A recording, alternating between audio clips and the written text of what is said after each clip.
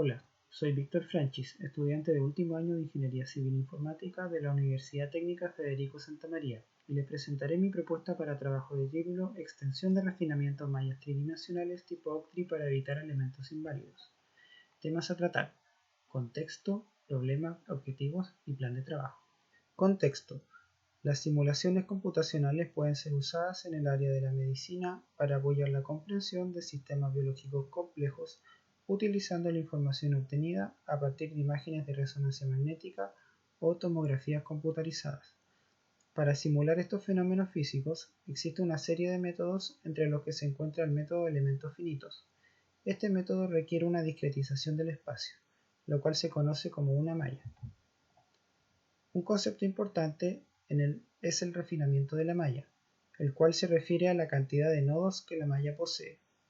Un alto nivel de refinamiento significa que el detalle de los elementos es mayor y la representación puede aproximar de mejor forma el dominio.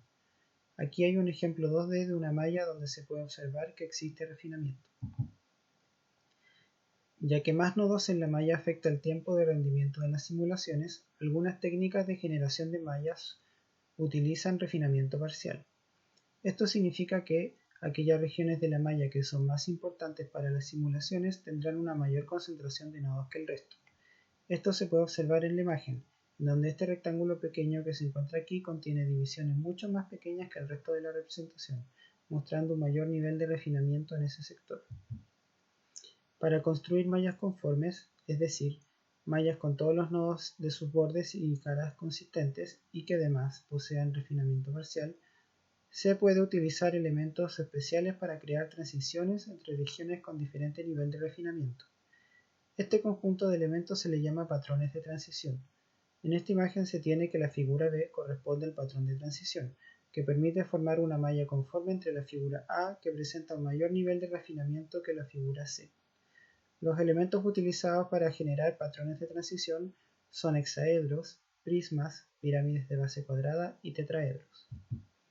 Además, hay técnicas que utilizan elementos mixtos para la representación de los bordes en la malla, definiendo un conjunto de elementos llamados patrones de superficie, que reemplazan los hexaedros encontrados en los bordes. Acá en la imagen se encuentran ejemplos de patrones de superficie. Los programas de simulación que utilizan mallas necesitan que todos los elementos de estas sean válidos para lograr producir un resultado. La validez de un elemento se puede determinar con la métrica Jens, que permite medir la calidad de distintos tipos de elementos, la cual se determina por el nivel de comparación que posee con su respectiva representación geométrica más regular o ideal. En algunas mallas de refinamiento parcial pueden aparecer transiciones entre regiones de diferente nivel de refinamiento en la superficie. Aquí es cuando surge el problema de cómo los patrones de superficie no están diseñados para ser aplicados sobre elementos mixtos y están pensados para actuar sobre hexaedros. La aplicación de un patrón de superficie sobre un patrón de transición a veces puede generar elementos inválidos en la malla.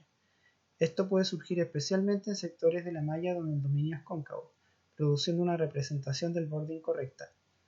Al producirse elementos invertidos, la malla deja de ser utilizable por métodos numéricos como el método de elementos finitos. Solución.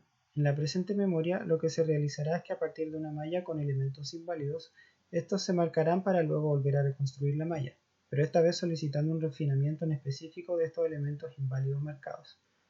Además, se tratará de un algoritmo iterativo, donde todo esto se repetirá hasta obtener finalmente una malla sin elementos inválidos. Objetivo general. Modelar y proponer un algoritmo que sea capaz de reparar elementos inválidos, producidos en las transiciones superficiales de una malla tipo Octree con elementos mixtos. Objetivos específicos. Integrar en un solo algoritmo el proceso de generación y reparación de una malla tipo Octree. El algoritmo también debe ser capaz de medir la calidad de los elementos de la malla y refinar aquellos que sean inválidos. Verificar que la malla final resultante sea completamente válida para una simulación con el método de elementos finitos.